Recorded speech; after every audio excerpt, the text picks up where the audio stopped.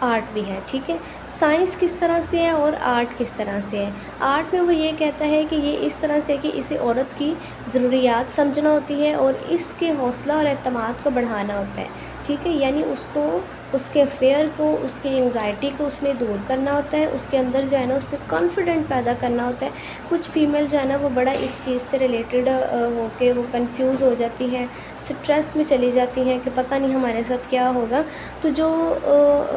اس طرح کی جو مڈ وائفز ہوتی ہیں وہ ان کو اس چیز سے متعلق وہ گائیڈ لائنس وغیرہ دیتی ہیں، ان کو سمجھاتی ہیں کہ ابھی آپ کی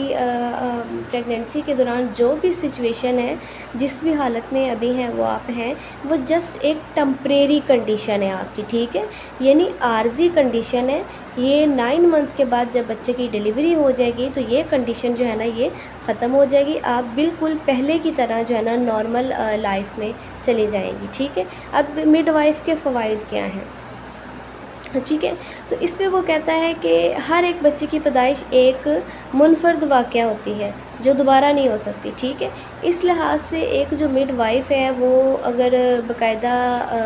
پریکٹس شدہ ہے، ٹھیک ہے، تو وہ اس چیز کو پراپرلی خود ہینڈل کر سکتی ہے، ٹھیک ہے۔ اگر اس کے پاس تجربہ ہے تو وہ حمل کے دوران ایک لیڈی کی خود پیدائش وغیرہ بچے کی کروا سکتی ہے، اور اس کے بعد جو پوسٹ پارٹم کیئر ہوتی ہے وہ بھی اس کو ایزیلی وہ پرووائڈ کر سکتی ہے، ٹھیک ہے۔ نیکسٹ وہ کہتا ہے کہ مڈ وائف کی کیا ذمہ داریاں ہیں، ٹھیک ہے۔ قابلیت اور اہلیت، قابلیت اور اہلیت میں آپ کو پتہ ہے یہ چیز آ جاتی ہے کہ وہ باقاعدہ جو ہے نا اس نے وہ کسی منظور شدہ ادارے سے تعلیم حاصل کی ہوتی ہے، ٹھیک ہے۔ اہلیت میں بھی یہ چیز آ جاتی ہے، اس نے جو ہے نا وہ اس کے پاس ایک مڈ وائفری کا لائسنس وغیرہ ہوتی ہے، پریکٹس وغیرہ ہوتی ہے، یعنی ہر طرح کے جو کام وہ ہے نا وہ کر سکتی ہے، ٹھیک ہے۔ اس کے بعد اس میں وہ کہہ رہا ہے کہ اس کی کچھ ذمہ داریاں ہیں ایک مڈ وائف کی، تو وہ کیا ہے، جس میں خاندان کے حوصلے سے حوالے سے ذمہ داریاں، خاندان کو جو ہے نا وہ ایجوکیٹ کرتی ہیں، بتاتی ہیں کہ آپ نے جو ہے وہ اپنے اٹینڈنٹ کا کس طرح سے آپ نے اپنے پیشنٹ کا خیال رکھنا ہے۔ پیشے کے حوالے سے ذمہ داریاں، اس کی جو بھی رسپانسبلٹیز ہوتی ہیں ان کو پورا کرتی ہے۔ معاشرے کے حوالے سے جو بھی سوسائٹی لیول پہ جو اس کی رسپانسبلٹیز ہوتی ہیں ان کو پورا کرتی ہیں۔ اس طرح سے کر کے جو ہے نا ایک مڈ وائف جو ہوتی ہے وہ ہر طرح سے ہماری مدد کر رہی ہوتی ہے، ٹھیک ہے۔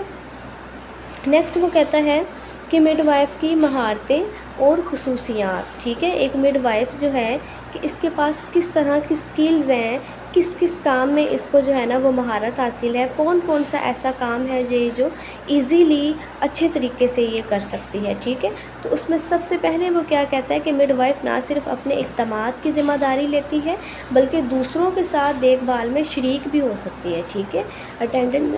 جو اس کے ساتھ ہوتے ہیں، اپنے پیشنٹ کی کیئر وغیرہ کر رہے ہوتے ہیں تو وہ ان کے ساتھ بھی مل کے کام وغیرہ کرتی ہیں۔ پیشہ ورانہ ماہرین پر مشتمل ٹیم میں کام کر سکتی ہے، یعنی گورنمنٹ لیول پہ اگر کوئی آرگنائزیشن کی گئی ہے تو اس میں وہ حصہ لے کے وہ کام کر سکتی ہے۔ اسے قانون کے اندر رہتے ہوئے اپنے پیشے سے متعلق فرائض وغیرہ جو وہ اچھے سے انجام دیتی ہے، دیکھ بھال سے متعلق وہ اچھے فیصلے کر سکتی ہے، ڈیسیژن میکنگ اچھی اس کی ہوتی ہے، ٹھیک ہے، اور لوگوں کو بھی وہ اچھی طرح سے گائیڈ لائنس وغیرہ دیتی ہے، اس کو بتاتی ہے کہ کس طرح سے آپ نے جو ہے نا وہ اپنے پیشنٹ کا خیال رکھنا ہے۔ پیشنٹ کو وہ اس طرح سے گائیڈ کرتی ہے کہ آپ جو ہے نا وہ ریلیکس رہیں، آپ اپنی کنڈیشن کو اتنا اسٹریس نہ لیں اور یہی سمجھے کہ یہ جسٹ ایک عارضی کنڈیشن ہے، اس کے بعد آپ بالکل ٹھیک ہو جائیں گے، ٹھیک ہے۔ اس طرح سے جو ہے نا وہ بہت اس کی ہیلپ کر رہی ہوتی ہے۔ پھر شواہد پر مبنی پریکٹس، شواہد پر مبنی پریکٹس میں یہ چیزیں آ جاتی ہیں کہ ایک مڈ وائف کی ذمہ داری ہوتی ہے کہ اپنی پریکٹس میں ان وسائل کا استعمال کرے جن میں ماں اور بچے کی مؤثر دیکھ بھال ہو سکے،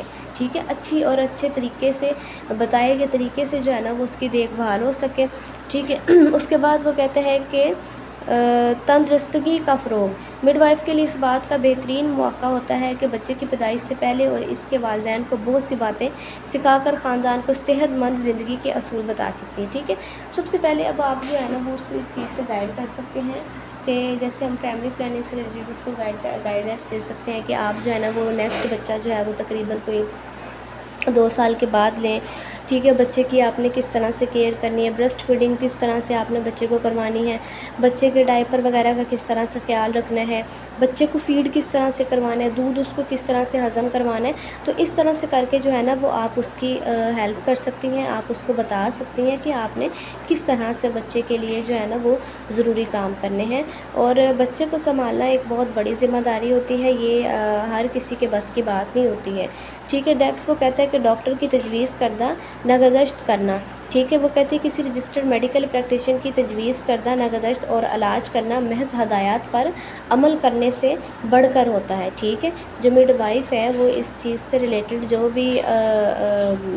لوگوں کو گائیڈ لائنس دے رہی ہوتی ہے، یا ڈاکٹر نے جو بھی پرسکرپشن وغیرہ دے رہی ہوتی ہے، تو یہ ایک لوگوں کے لیے بھی چیلنج اس چیز میں ہوتا ہے، لیکن اگر جو ہے وہ ایک مڈ وائف اور ڈاکٹر بالکل ساتھ مل کے وہ اچھے طریقے سے کام کر رہے ہوں تو یہ بہت ہی ایک اچھی دیکھ بھال ہو سکتی ہے، ٹھیک ہے۔ اور مڈ وائف کا آپ کو پتہ ہے کہ اس کی ذمہ داریاں ہی یہ ہوتی ہیں، ٹھیک ہے۔ اب تشخیص یعنی ڈائگنوس، صحت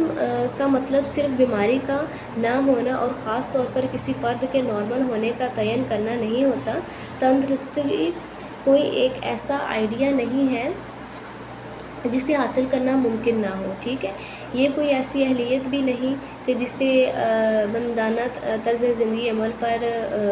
کر کے حاصل کیا جاتا ہے، ٹھیک ہے۔ اس کا دار و مدار اس تناظر تعلق اور اعتماد پر ہے جو کوئی فرد اپنے جسم اور اپنے آپ پر رکھتا ہے، ٹھیک ہے۔ اب مڈ وائف جو ہے وہ اس کو اس بات کی گہری سمجھ بوجھ ہونی چاہیے، ٹھیک ہے، جذبات کے کیا اثرات ہوتے ہیں کسی فرد کے لیے، اس کی سمجھ بوجھ ترجیحات کی روشنی میں کس طرح سے جو ہے نا وہ کام کر سکتی ہے اور کس طرح سے اس کو گائیڈ لائنس دے سکتی ہے، یہ ساری اس کی ذمہ داری ہوتی ہیں، ٹھیک ہے۔ ابلاغ اور رابطے میں یہ چیز آ جاتی ہوتی ہے کہ اس نے جو ہے نا وہ کس طرح سے ان کے ساتھ کمیونیکیشن کرنی ہوتی ہے، کس طرح سے ان کے ساتھ جو ہے نا وہ انہوں نے کام وغیرہ کرنا ہوتا ہے، ٹھیک ہے۔ دیکھ بھال کا انتظام یعنی اس میں ساری وہ مینجمنٹ آ جاتی ہے جس میں ایک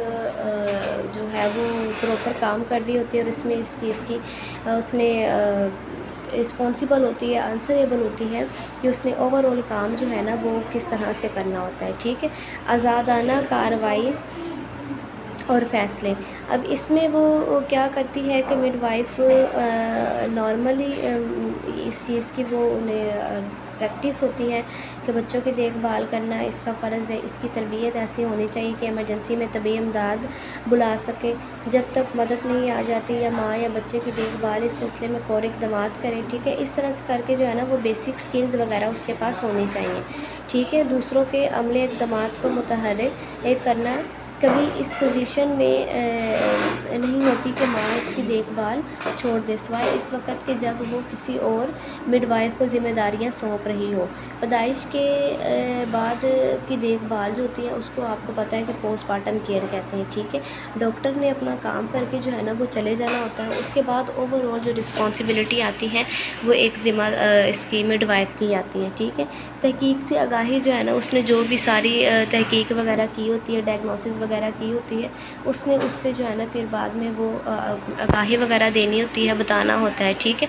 دوسروں کو فرائض سونپنا، اگر ایک مڈ وائف جو ہے نا وہ اپنی ذمہ داری کسی دوسرے کو دے رہی ہوتی ہے یا اس کی ڈیوٹی کا ٹائم ختم ہو جاتا ہے تو اس نے کس طرح سے نیکسٹ پرسن کو جو ہے نا وہ گائیڈ لائنس وغیرہ ساری دے کے جانی ہوتی ہیں۔ پھر اخلاقی مسائل وغیرہ اس سے ریلیٹڈ کیا آتے ہیں تو اس میں بھی بہت ساری نرسز اور ہیلتھ وزٹرز کی طرح جو ہے نا مڈ وائف اخلاقی ضوابط کی پابند ہوتی ہے، ٹھیک ہے۔ اس نے مکمل اس کے جو پرنسپلز ہوتے ہیں اس پہ عمل وغیرہ کرنا ہوتا ہے۔ ان میں عورتوں کے معاملات کو راز میں رکھنا ہوتا ہے، یعنی پرائیویسی کا بہت خیال رکھنا ہوتا ہے، اپنی پیشہ ورانہ اہلیت کو برقرار رکھنا ہوتا ہے، بڑھانا ہوتا ہے۔ اس طرح سے کر کے جو ہے نا وہ اس نے بہت ساری اس کی ذمہ داریاں ہوتی ہیں جو ایک مڈ وائف نے جو ہے نا وہ کمپلیٹلی کرنی ہوتی ہیں، ٹھیک ہے۔ تو یہ تھا ہمارا آج کا اس کا فرسٹ لیکچر ہے چیپٹر نمبر 1 کا، ٹھیک ہے۔ امید ہے کہ آپ کو آج کا لیکچر جو ہے وہ سمجھ میں آیا گا، بہت ایزی ہے، اس کو 2 سے 3 بار سنیں، انشاءاللہ آپ کو جو ہے نا وہ بہت اچھی سمجھ آئے گی، ٹھیک ہے۔ بہت شکریہ، جزاک اللہ، دعاؤں میں یاد رکھیں، اللہ حافظ۔